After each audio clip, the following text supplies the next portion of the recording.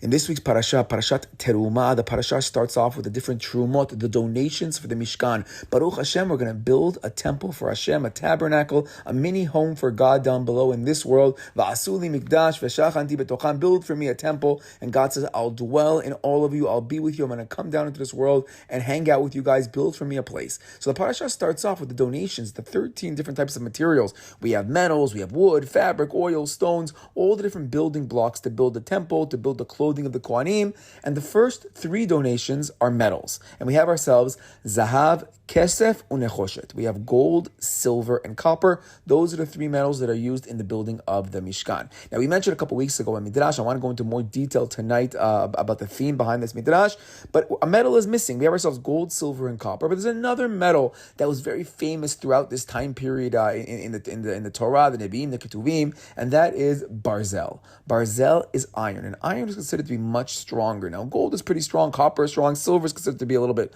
weaker, but iron, especially if you take it and you put it through the kura barzel, you put it through the fiery furnace and you purge out, you remove all of the impurities that are inside, it makes it a very, very strong metal. So the question that this midrash is going to deal with is, why is there no barzel? Where's the iron? Why is it omitted? If you're already gathering the different materials, especially they mentioned that there's the yitdot chatzer in the Mishkan. You had yourself these curtains, these curtains that held up the ohel, they held up that tent of the Mishkan, and there were these yitdot, these pegs, these nails that were made out of nechoshet. They were made out of copper that someone in the Hashem brings down. They would nail it into the ground, and that would hold down the curtains. And so the question this midrash is dealing with, according to the Etz Yosef, is why are they not making the yitdot? Why are these nails not made from iron? Why are they made from nechoshet? Iron would be much stronger. That's a much better way to hold down the whole Mishkan. Okay, so says the midrash. This is a midrash on our parasha. It's Shmot Rabbah, Perek Lamed Hey, Siman Hey, says as follows: Va'asita takerashim, and you're going to make for the wooden planks. Makativ lemal. Ask this midrash. How do we start off our parasha? It says, V'zota terumah asher tichu me'itam. And this is the donations you're going to take from the Jewish people: Zahav, V'chesef, Unechoshet, gold, silver, and copper. We're going to skip a little bit, but it says, Zahav, says these 3 metals correspond to the different galiyot.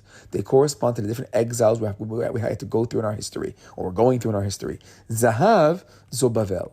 Zahav is the Babylonian exile. Gives a pasuk that proves it. They're going through Daniel's image of the idol that we spoke about last week. That the gold part corresponds to the Babylonian exile. The Kesef, Zomadai. Kesef is the next exile. We have that of Madai. Nechoshet, copper, Zoyavan. That's the Greek exile. But then it says, Aval barzel in kativ kan. He says the midrash, where's the barzel? Why is there no iron? Lo b'mikdash v'lo b'mishkan. It's not in the Beit HaMikdash. It's not in the Mishkan. You'll see the commentators Beit HaMikdash on the outside. Maybe the Chatzer had a little bit, but basically it says in the Midrash, not in the Beit HaMikdash, not in the Mishkan. Lama? Why? Shenimshal bo Edom. Because Edom is Eisav. It's the exile of Rome, exile, Rome, Eisav, Edom. It's all this final one that destroyed the Beit HaMikdash. So it says Shenimshal bo Edom shechriva Beit HaMikdash, because Edom, Eisav, Rome destroyed the Beit HaMikdash. And it's teaching you in the future all the other nations will be able to bring gifts to God, meaning HaKadosh Baruch Hu will accept a certain level of repentance from them. He's not going to totally cut them out, except for Edom. Edom was so evil, the way they destroyed the Beit HaMikdash, even though in the first temple was also destroyed, but not to the same level. The Midrash goes on to say the Yesod, the foundations weren't fully removed, but Eisav, Edom was so evil in their exile. So HaKadosh Baruch Hu says there's no solution, there's no present. We can't have them anywhere near our Mishkan, and that's why there's no barzel, because barzel symbolizes Eisav, and particularly the destruction of the temple, the exile that took place, that sent us into the exile after the second temple. Okay. Now, we mentioned a few weeks ago the mystical teaching of Rav Chaim Vital in the Shar Pesukim, where he says barzel. Barzel is this iron, it's the cherev, it's the sword of Eisav, it's the sword of Rome that's going to destroy the Beit HaMikdash. But barzel is also Rashi Tevot, it's the first letters, Bet, Reish, Zayin, Lamed, it's Bilha, Rahel, Zilpa, Veleah. It's the 4 imahot, barzel. Bilha, Rachel, Zilpah, Leah, the four imahot, and it symbolizes when we get attacked by the iron, it's because our iron is not united. When the imahot, or when the sons of the imahot, when Yosef and the brothers are fighting, the Mechirat Yosef, the Sinat Chinam, the brotherly hatred that took place, when we have the disunity of the mothers, the disunity of their sons, the hierarchies with their fighting, who's going to be on top, who's going to be the son that's really in charge, when we have the disunity, then when we don't have our barzel united, then the other barzel, the barzel of the iron, the cherub of Eisav, that's going to be the one that's going to attack us. And that's going to be the original hatred of the brothers, the original led to the Mechirat Yosef, that original sinat chinam led to our first exile in Egypt. And then every time we begin to hate each other again in Jewish history, it reawakens that earlier sin, and it reawakens the punishments for that earlier sin. And the ticket to our success is the exact opposite. It's the unity. When we come together, when we love each other, when the barzel is the bilha, rachel, zilpah, leah, of loving each other, the brothers loving each other, at that point we can defeat the koach of Edom. So we have to have unity. Now this brings us back to Eisav's original argument. I mean, in the spiritual, theological idea, what does Eisav say? Eisav argues against us. He says, my brother Yaakov, he tricked me. Yaakov was v'Yaakovein. He stole from me twice. He stole my beracha. His argument is that Yaakov, the Jewish people, we broke the brotherhood first, and therefore he has the right to attack us. He can come out with his cherub. He can try to kill us. Eisav has the power to attack us because we were not good brothers. Now Yosef is known as the Sitno de Eisav. He is the arch nemesis, the spiritual, moral arch nemesis to Eisav. Why? Because it's only Yosef that really has that moral power, that moral argument to fight against Eisav. Because what does he say to Eisav? So Eisav just said, oh, Yaakov tricked me, my brother hated me, my brother was terrible to me. So what does Yosef say? Yosef goes, you really think your brother was so bad to you? Let me tell you about my brothers. My brothers originally tried to kill me. They wronged me, and then they sold me to slavery. So, you're telling me how bad your brother was? Look at my brothers. But you know what? I didn't hold a grudge. I didn't take revenge on them. When they came down to Egypt, I did the exact opposite. I took care of them because ultimately, they messed up, but they're my brothers. And I love them, and I took care of them in Egypt. And that's the moral clarity. That's the spiritual power of Yosef taking care of his brothers. That's going to defeat the argument of Eisav. But we still said that the Mechirat Yosef, at least mystically, the punishment for the Mechirat Yosef, the punishment for that original Sinat Chinam, it still stands. It stands somewhere up in the Shemayim. And when we reawaken it in our Jewish history, when we reawaken it in our times, when we have our disunity, we have our Sinat Chinam, we know that we see that all this destruction from Eisav, from Edom, is taking place in the times of the Second Temple. Why was the Second Temple destroyed? It tells us it was destroyed because of Sinat Chinam. Why do we have the 10 martyrs, which we said mystically and midrashically corresponds to the 10 brothers that are involved in the sale of Mechirat Yosef? We spoke about number 10 in the past, but who that one is. But where do the 10 martyrs come from? It comes from the punishment of Sinat Chinam. So sadly, when we have Sinat Chinam down below, whoever the enemy is at the time, in the case of the Second Temple, it was Rome, it was Edom, then they're going to come with their barzel, and they're going to destroy our temple, and they're going to kill our martyrs. Now, our Mishkan is going to get nowhere near that barzel. It's going to get nowhere near the sword. It's going to get we mentioned already a couple weeks ago about the Mizbeach, our Mizbeach that's supposed to bring shalom between us down below and Hashem and the Shamayim. There's no barzel getting anywhere near there. Rather, we spoke about the stones of achdut that were under Yaakov's head, the stone that all came together, symbolizing the 12 tribes having unity. It's going to be the stone under the Kodesh HaKodashim. It's going to be the stone, this is the foundation stone of the whole temple below the Mishkan, and then the temple is supposed to be a place of unity. Vasuli mikdash v'shochanti betocham. Hashem says, all of you, vasu in the plural, you all make for me a temple, then I'm going to be with all of you. When we're all united, and we're all united for a Kadosh Baruch Hu, then a Kadosh Baruch Hu is going to be there, he's going to come down, he's going to dwell with us. Says the Gemara. This is the Gemara in Yomah, Daf Yud Bet Amud Bet, the opinion of the Tanna Kama. It's a machloket in the Gemara, but according to the Tanna Kama savar Yerushalayim lo nitchaleka lishvatim. Yerushalayim was never divided up amongst all the tribes as the rest of the land of Israel was. Rather, it belonged to all the tribes. Yerushalayim, this is a place of unity. Now, I actually saw a beautiful hint in this week's parasha that also shows and demonstrates that the Mishkan itself is supposed to symbolize achdut. So the holiest spot of the Mishkan is the Holy of Holies. In the Holy of Holies, we have the Aharon with the cheruvim, with these two angel-like images that are on top of the Holy Aharon that house the luchot. It's that spot that we said again is above that stone of unity down below. Says the pasuk by us, V'hayua keruvim, porsei knafayim lamala, and these keruvim, these angel-like images, they had their wings were spread above, sochachim bekanfehem, like a schach shielding over, ala kaport, over the cover of the Aharon. Upnehem ish el achiv. And it says that their faces, their pneihem ish el achiv, was a person to his brother, and the ish el achiv is a symbol of unity. It's actually a symbol of brotherhood, of a tikkun of brotherhood. Because the truth of the matter is, we find this language of ish el achiv in the negative back in Sefer Bereshit. If we go back to Parashat Vayeshev at the very beginning, right before the brothers sold Yosef, when they saw him coming to them and they were plotting against them. So the pasuk there says, "Vayomru ish el achiv." And each one, a brother told himself. Actually, the brothers were very united when they sold Yosef. Rabbi Khan has actually a very, very, very sad dvar Torah. But there was these big fights between the Bnei Leah showing themselves higher up than the Bnei Ashfachot, the Bnei Bilha, Bnei Zilpa. But when they all got together and they all said, "We're going to sell Yosef," when the maidservant sons said, "We're going to sell Yosef to slavery," that actually elevated them in the eyes of the Bnei Leah. So we have ourselves a unity here, but it's a unity against Yosef. It's a sinat feinam against the one brother that brought the rest together. That's not a good ish el achiv, even though it brought 10 brothers together over there. But we have over here ish el achiv in the negative. In our parasha, we get to the keruvim, we get to the holiest spot in the Mishkan, and they're facing ish el achiv. That's the tikkun. That's the tikkun that hopefully they're going to face each other. We know the Gemara tells us when they face each other, when they embrace, that's the part that shows you the close relationship to HaKadosh Baruch Hu. Because we know, symbolic, we love each other, down below, and we look up to Shema at the same time, and then HaKadosh Baruch Hu loves us. That's the double unity we've been speaking about for the last couple of weeks. But interestingly, if you go further in the parasha then speaks about sisterly love. So we have the brotherly love, ish el achiv, by the kruvim, but we're going to see sisterly love, isha el achota, as the parasha goes on, because then the parasha is going to speak about the yeriot, the different curtains, the cloths that make up the covering of the Mishkan. So the pasuk says, "Hamesh yeriot tiyena chovot isha el achota, ve'hamesh yeriot chovot isha el achota." You're going to make for yourself 5 of these curtains, and they're going to be joined together.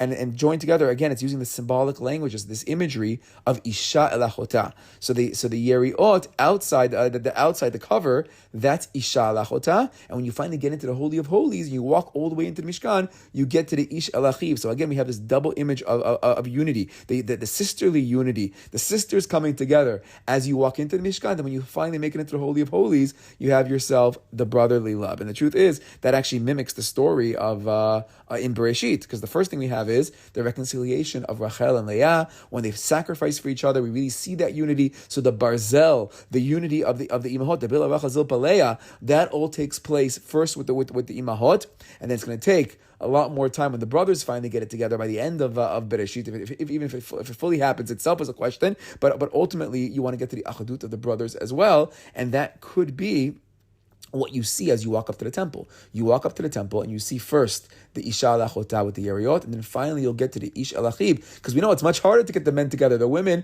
they're the ones that are going to bring the Geula first. The famous teaching, Bischut Nashim Tzadkaniyot. It's the Zachut. It's the merit of the righteous women that were able to leave Egypt. Galut is going to end through the sisterly love, the Isha al Achota, the koch of the barzel of achdut of the imahot. But sadly, when we got to the times of the second temple, we didn't learn a lesson. And tzinah chinam, the hatred was reawakened amongst the Jews. And we see in today's time, whenever we have this unity, all of a sudden we get hit. We get hit by our enemies. The cherev, the iron, the barzel, the sword, the knife comes out.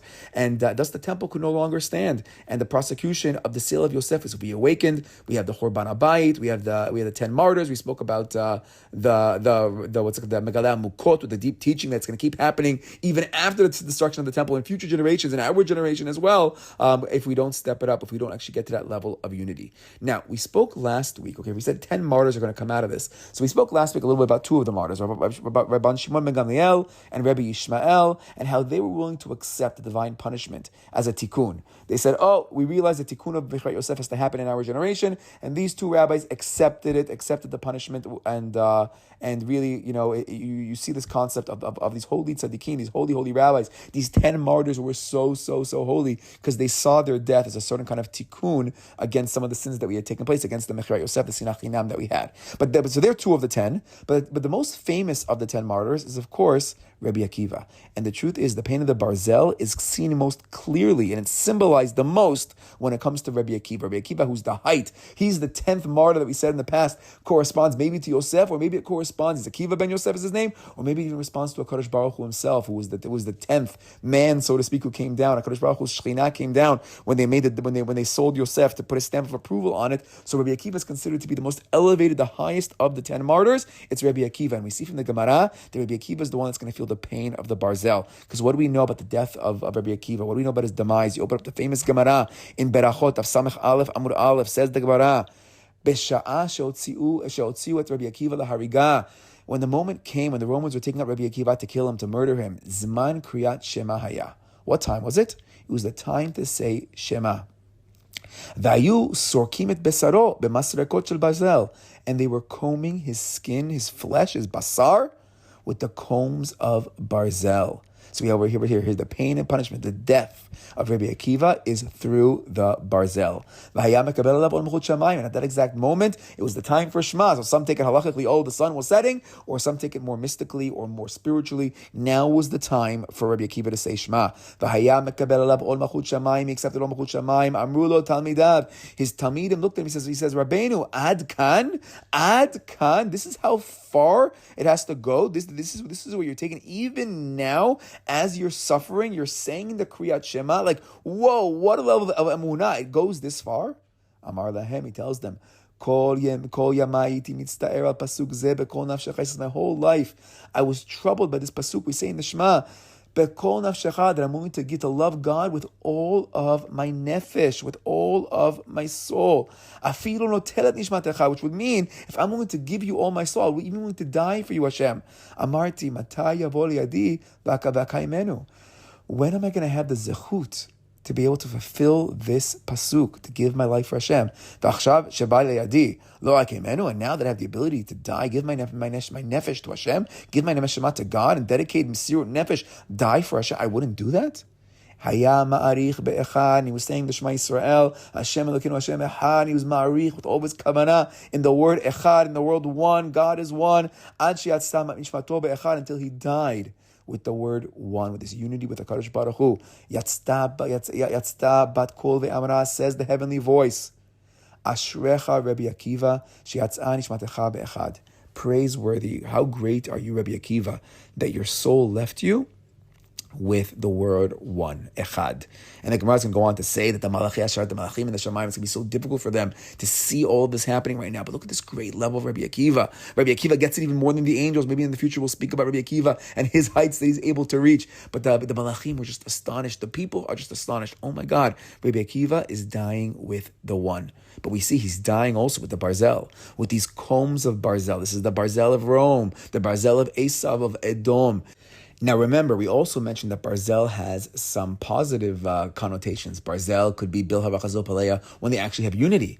Barzel, we mentioned in the name of the Megillah Mukot, is that barzel is gematria 239, which corresponds to the number of words we say out loud that was actually written in the Torah when it comes to Shema. It's the full Kriyat Shema is 239 words, except for the Baruch Shem Kavod Malchuto Olam Va'ed, those 6 words that we say in a whisper. That's actually not written in the Torah, but it's based off a midrash of Yaakov Avinu that he says before he dies. But that the koach of the barzel is the koach of the Kriyat Shema. And that's to counter the bitter pain of the physical barzel. As the barzel is combing the skin of the flesh of Rebbe Akiva, he's crying out his barzel, his 239 words of the Shema, and his last word is echad. We mentioned also about the Malbim, saying that we have to have a double echad. We have to have a unity with each other, and we have to have a unity with Hashem. So here we have ourselves, the Shema Yisrael as being the unity with God. We're saying Rebbe Akiva is the tikkun for the 10 martyrs, which is Mechirat Yosef, which is the Sinat Chinam. It's no coincidence that what do we know about Rebbe Akiva? Rebbe Akiva's most famous teaching, we have the Shema Yisrael as he's dying, and his other famous teaching is he takes the pasuk in the Torah, Ve'ahavta l'recha kamocha, you gotta love your neighbor like yourself. Ze klal gadol b'Torah. What did Rebbe Akiva add? This is such an important principle. He's going around and he's telling the people, we got to say our Shema. That's one of his big teachings. As he dies, his dying teaching is to have unity with God. But his living teaching before he dies is going around, Ze klal gadol b'Torah. Guys, we got to love each other. We got to love each other. We have to have achdut. We have to have this double achdut. This achdut with each other and this achdut with Hashem. I actually saw brought down beautifully. Rebbe Akiva originally was an Am Haaretz. He originally wasn't this holy son of rabbis. He's actually son of converts. And part of his mission is to bring all the Jewish people, elevate them all up. And he's the one who has the ability to speak to the Am Haaretzot, to inspire the people. And we see that he does. He's the mythic figure of Rebbe Akiva, is actually able to inspire everybody because he knows where all the Am Haaretzot are coming from. He knows where the spiritually low are coming from. He's the one that can bring them up to the level of the Shema Yisrael, Shema Elokeinu Hashem Echad, to the spiritual unity with God. He's also the one that can now try to work on everybody having unity with each other. Try to bring the masses to each other. Try to bring the masses to God. Now, I saw a similar teaching regarding Aharon HaKohen. We mentioned Aharon is the other symbol of Ohev Shalom, Rodef Shalom. He's also the one that wants to have unity. But we see there's a beautiful midrash in Tana Devei Eliyahu. This is the Perek Yud Gimel. Says the midrash over there that Aharon, not only did he care about the love of each other, of Ohev Shalom or Dev Shalom, he also cared about he also realized and understood the koach of the Shema Yisrael. And he made it a point to teach everybody, even the Amei Haratzot, even the Lord, he wants to teach everybody the Shema. There's also a barzel hint here as well. Says the Midrash. Again, this is Tana Devei Eliyahu, Perek Yud Gimel. Yodea Aharon be'atzmo. Aharon knew Sheba davar gadol Yisrael al yado. He knew that he had this great thing that he could do for the Jewish people, that he was doing something very, very big. Because what was he doing? V'haya kosher chevel shel barzel bet motanav. He used to gird himself with a rope of barzel. Okay, I'm not fully sure what the symbolism is over here. I couldn't find any real commentators on this, but we have over here the barzel hint over here. Umachzir al kol pitchei Yisrael. And he used to go to every doorway of the Jewish people. V'kol mi shelo haya yodea likrot kriyat Shema. And anybody who didn't know how to say Shema, meaning Aharon is not just hanging out with the rabbis, Aharon is going out to every people, the simple people, anybody who didn't know how to say Shema. Also somebody who didn't know how to pray. He would teach them Kriyat Shema, and to say the Amidah. This is also somebody who doesn't know how to learn Torah. He taught them Torah. And L'Shem Shamayim, he says, not only this Aharon, but in every generation, any Talmid Chacham, anybody who actually has that ability to learn a little bit in his life, and now you can teach somebody else. And if you can go out there and teach somebody else, teach them the Shema, teach them the Amidah, teach them the beauty of Torah. But look at the beauty over here. Aharon is going person to person to teach the Kriyat Shema, and then it's a promise in all future generations. And there's going to be bracha here for Chokhmah, De'ah, Binah, Sechel, all this great stuff. To have a chelik with the Tzaddikim, Avraham, Yitzchak, Yaakov. You see all these beautiful brachot in this midrash. To go out there and teach somebody about the Kriyat Shema. Then I saw another Gemara, which also, if you look at it closer, it might also be hinting to this concept of the Shema, of the prayer to Hashem, of trying to break the heavens with our barzel, with our tefillah. Because here, the Gemara again is speaking about, the destruction of the Beit HaMikdash, and it brings up the idea of barzel, but this time it's clearly speaking about something spiritual. It's clearly speaking about some kind of heavenly barzel. So this is the Gemara in Berachot, Daf Lamed Bet, Amud Bet, says the Gemara, Ve'amar Rabbi Elazar, says Rabbi Elazar, Miyom Sheharab Beit HaMikdash, from the moment since the day that the temple was destroyed, nifsecha chomat barzel ben Yisrael la'avim shebashamayim. He says an iron wall, a chomat barzel, was placed between the Jewish people and Avinu shebashamayim and our Hashem in heaven. We can't reach HaKadosh Baruch Hu in the Shamayim because there's a barzel wall. From the moment that the Romans destroyed our Beit HaMikdash with the cherev, with their barzel, there's now a barzel wall, a chomat barzel, stopping us, separating us from the heavens. I was thinking, barzel symbolizes Rome. It also symbolizes our disunity, the bilah v'chazil palea, when we're not united. But on the other hand, it could also symbolize the barzel of us, yes, being united. When bilah v'chazil palea do get together, when the brothers do get together, it symbolizes the words of the Kriyat Shema. But how do we get the Kriyat Shema? How do we get our barzel to break through the barzel wall in the heavens that's blocking us from God? So we need the achdut. We have to have the echad with each other. We need our minyan. We know that HaKadosh Baruch Hu answers the minyan. We have our number 10 again. When the 10 men get together and you create that minyan, we now have maybe the ability, B'ezrat Hashem, to break through that shamayim. We're going to cry out, Ayeh Shmei Rabbah. We're going to break through and try to get to HaKadosh Baruch Hu. It's the koach of the echad, the Shema. We'll break through as well. We have to have our barzel. Says the Megillah Malmukot, his Perush in the Torah on Parshat Bo. He says that the iron in the shamayim, separating us from Avinu Shabbat, that's the koach of Edom.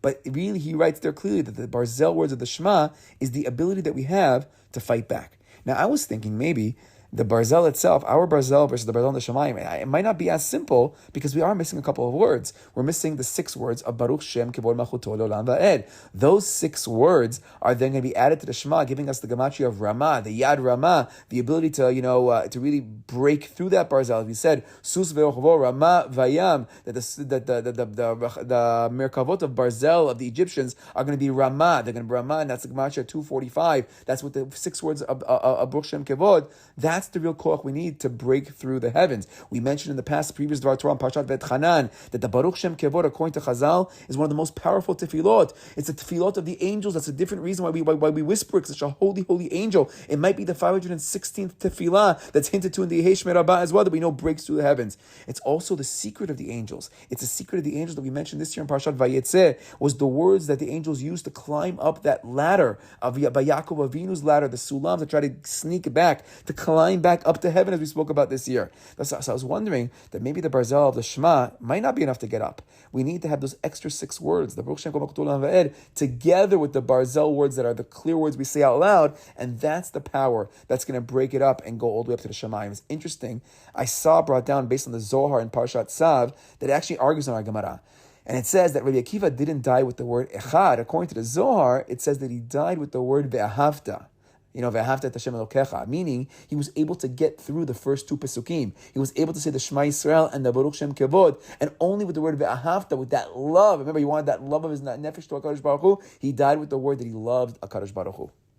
So the Shema is the koach that Rebbe Akiva is teaching us, his final lesson in life. It's the emunah in Hashem. It's going to get us through the pain of the galut. And that's what the way it seems. Shema is the koach to get through the galut. And we mentioned in the past a similar story that the earlier galut, the galut in Mitzrayim, our first real galut in Egypt, well, how does it start? It starts when Yaakov Avinu comes down, sees Yosef for the first time after 22 years. They're reunited together. What's the first thing that Yaakov does? Yaakov says the Shema. We had the famous teaching that Yaakov always originally was supposed to go down in the Shalshala Shel Barzel. He was supposed to come down in the chains of Barzel. Says Megillah Makot. What are the chains of Barzel? The Barzel again is the Shema. He's supposed to teach us about the Shema. The Shema is the koach to get through the galut. So now when he finally goes down, he's starting off. Now he's not going out with the physical Barzel that Yosef had to do, but now Yaakov is coming down and he's saying the Shema. That's the koach to get to the galut. That's what Rebbe Akiva is teaching us. The galut of Edom. We're going to need the Shema. I saw beautifully brought down in the Chatam Sofer. He says the Chatam Sofer,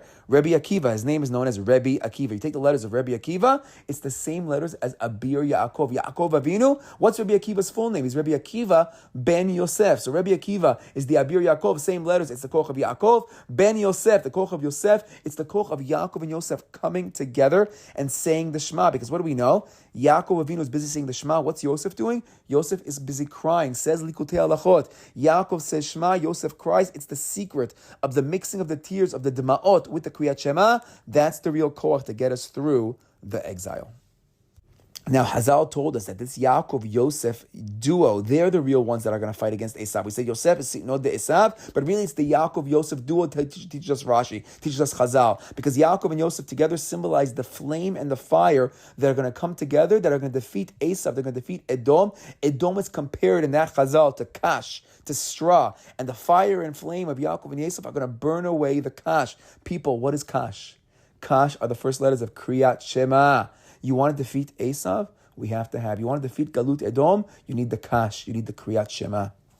So we have this concept of Kriyat Shema before the exile of Egypt. We have this concept of Kriyat Shema by the exile of Rome, which actually makes it for a lot of fun. Because what do we do on Pesach night when we're talking about the Geulah from Mitzrayim? We're talking about how eventually we're going to leave. We have the famous story of all of the Tanaim coming to Rebbe Akiva's house, and they're up the whole night discussing the exile, discussing the suffering, and discussing the future redemption, Bezrat Hashem. Until finally the students come up and say, "Guys, it came time for the Kriyat Shema. Rebbe Akiva is going to be there with his Talmidim saying the Kriyat Shema already on that Pesach night." Okay, so that's the connection on the simple level, on the midrashic level of Rebbe Akiva, the barzel, and the kriyat Shema. But I wanted to say over one last mystical idea. For those that like a little bit of Kabbalah, we'll do one last mystical idea that's going to connect Rebbe Akiva one more time to this concept of barzel and the Shema. Okay, so there's a teaching by Chazal that the Bnei Banav, the children of certain Resha'im, ultimately, we're learning and teaching Torah in Yerushalayim, teaching Torah in Bnei Brak, and they give a couple of examples. They said that Bnei Haman are eventually going to become converts, and they're going to be Jews, and it's going to be a zechut, because even though we had these evil people led to us doing teshuvah, and there's a little bit of a spark, a little nitzotz of kedusha is going to come out of these very evil people because of the good that took place with in the story of Purim, a similar idea that we were like this Am Mefuzar, we had this disunity, but all of a sudden the tzarot came from Haman, from Amalek. So what happens? We have unity again. So because of that, there's a little nitzotz that takes place, and then there's going to be some descendant of Haman that's going to be holy. The other example they give is that of Sisra. And according to many people, many opinions in Chazal, there was the evil Sisra. Sisra, we tell the story by Devorah and her husband Barak went to war against the evil Sisra. Sisra had come with 900 Tishameot Rechev Barzel. He had come out with 900 chariots of Barzel to come and destroy us. But a big miracle happened over there, because Barak went to war against him, defeats him. Kol Machanes Yisrael was Lefi Charav Lo Nishar. He was pursued, and everybody from him, Lo Nishar Ad Echad, says the pasuk in Shoftim. He says none of them were left except for the story of Sisra himself. That Sisra himself had run away, and he gets he runs into Yael. Yael is this non-Jewish woman who takes him into his tent, gives him some milk, does a certain Averah Lishma, and ultimately kills him. And takes the yated, kills Sisra, and but says this Chazal that ultimately from the union of those two on that night, a nitzotz is going to come out, a certain spark is going to come out, and that's going to be Rebbe Akiva. So Rebbe Akiva is going to come out from this union of Sisra and Yael, but because this Sisra, I saw this brought down in Galut Yishmael of Rabbi Norgashal, he writes that because ultimately Sisra tried to attack us in such an evil way with this 900 Rechev Barzel, there's going to be a tikkun that Rebbe Akiva is going to be the one. It's going to be his descendant Rebbe Akiva that I guess is going to make a bit of a tikkun for the great grandfather. He's going to be punished now through the combs of Barzel in such a graphic, terrible, cruel kind of way. The tikkun is now taking place. He's going to die with the barzel to fix the barzel of the 900 rechev barzel of Sisra. Because if we go back to Psukim, we'll go back to Shoftim. Now this is in Psukim Tedvav, Tedzayin over there. So it says, Vayas Adonai et Sisra vet kol harechev vet kol hamachaneh, and HaKadosh Baruch Hu threw Sisra and all the chariots. Again, we have the chariots taking us back to the rechev barzel of the Egyptians as well. So you can see the parallels taking place. Vet kol hamachaneh lefi cherev, and lifnei Barak, because we have Devorah's husband Barak is coming to attack and defeat everybody. Vayered Sisra me'ala merkava vayanos beraglav, and then Sisra is the only one to run away. That means to run away to Yael's place. And it says Ubarak radaf acharei rechev, and Barak is running after those richvei barzel v'acharei machaneh ad charoshet hagoyim, and he's running after him to a certain place. Vayipol Kol Mahaneh Sisra lefi herev, and all of the Mahaneh of Sisra, all of his soldiers fell to the sword. It's normally the enemies that have the sword.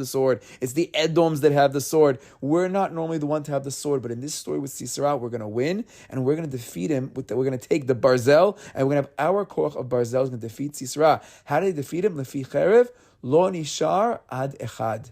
And not even one was left, except for Sisra was going to run away and make it to Yael's house. But no one, none of the chariots, none of the warriors, none of the soldiers is nishar ad echad. So the beautiful teaching is ad echad could also be read a little bit differently. Ad echad until the echad. Who's the echad? The echad is our famous Rebbe Akiva. He's that special netzitzot, that special spark, that single only spark that still was there, that's going to be taken out of Sisra and Yael, and is going to create a Rebbe Akiva. He's the Ad Echad, meaning until the word Echad, until the Shema Yisrael Hashem Elokeinu Echad, his great tefillah to HaKadosh Baruch Hu. And when you have his Echad, you have his Shema, you have his barzel words that are going to break through the barzel choma and the shamayim. That's the koach. You want to know where our cherev comes from? Do you want to know when we get the strength of the barzel to defeat our enemies? We get there when we get to the echad. We get to the echad of Rebbe Akiva. We get to the echad of his neshama going up with echad. We get to his deep, deep teaching, his double teaching, the double unity. We got to love each other. V'ahavta kamocha zeklal gadol b'Torah. Shema Yisrael Hashem Elokeinu echad. His very last lesson to the Jewish people. We have that double echad. That is the tikkun to defeat all of our enemies. Shabbat shalom. To add a little addendum and actually a little bit of a correction to one of the midrashim. So first off, we mentioned Yael kills Sisra with a yated, which took us back to our original Etz Yosef that started our whole dvar Torah of our midrash. That it's why was the yated of the ohel made with nechoshet and not barzel? Because we didn't want barzel to be anywhere near the temple. So it's interesting, on the yated of the ohel of Yael, her yated, her peg, her nail that she used to kill Sisra. So there, a lot of the commentators say, oh, it probably was made from iron. It probably was some barzel. So it's going to be the koach of the barzel. Barak had the koach of the cherev to fight back. So we see this koach of barzel actually defeating Sisra. Okay, and I want to make one little correction because I mentioned that Tana de Eliyahu. So I want to actually reread it because I found an edition that has a bunch of commentators. So they said that don't read it like I read it. Yodea Aharon be'atzmo sheba dever gadol Yisrael. I had said that sheba davar gadol, that something had come to Aharon that was a great thing, but actually the commentators say, no, don't read it. They actually say, read the vowels differently. Yodea Aharon be'atzmo sheba dever gadol Yisrael. He says that Aharon realized there was a great plague that hit the Jewish people, and they explained because of the egel. So meaning this teaching that Aharon is going around and he's teaching everybody Kriyat Shema, he's actually doing it as part of a repentance, as part of he's trying to bring about some kind of a tikkun, because he holds himself responsible for the egel. Now we know the egel was a sin against the oneness, the unity of God. We said Hur is the one that symbolized the one that's going to fight for the unity, the achdut with Hashem. So Aharon, who's the one who's always willing to sacrifice himself for the achdut of the Jewish people, he's the Ohev Shalom, Rodev Shalom. He's actually willing to sin with the Jewish people, according to some commentators, so that they won't die. That's how much he loves the people. That's how much he loves the achdut with the people, the unity with them. But ultimately, there was a flaw with the unity. There was this kind of like you need a tikkun with the unity with God. So it says this midrash, and I'll read it this way: Yodea Aharon be'atzmo sheba dever gadol Yisrael. He realized that a great plague had hit the Jewish people because he had held them al yado, because of his hand, because of what he did, because he had helped them sin with the egel, and that's why it says vayakol sher chevel shel barzel. So I saw in this commentator saying the Ma'aneh Eliyahu, he writes, what's the chevel shel barzel? What is this, ropes of barzel? He writes it was yisurin. He put on this type of it's a type of I guess putting on the sackcloth. He said it's a midah hachna'ah. He's doing this. He's bringing himself down. He's putting on a chevel of barzel, which is he says Yisurim. It's like Svilat Yisurim. He's basically punishing himself, and the barzel is coming in because he had messed with the achdut of HaKadosh Baruch Hu. He had helped create the egel, which led to a messing with the oneness of God, and that's dafka why. Now it makes sense. That's why he's going on to teach Kriyat Shema, because the Kriyat Shema is going to be the unity with God. It's going to be the tikkun for his helping them with the egel. Shabbat Shalom.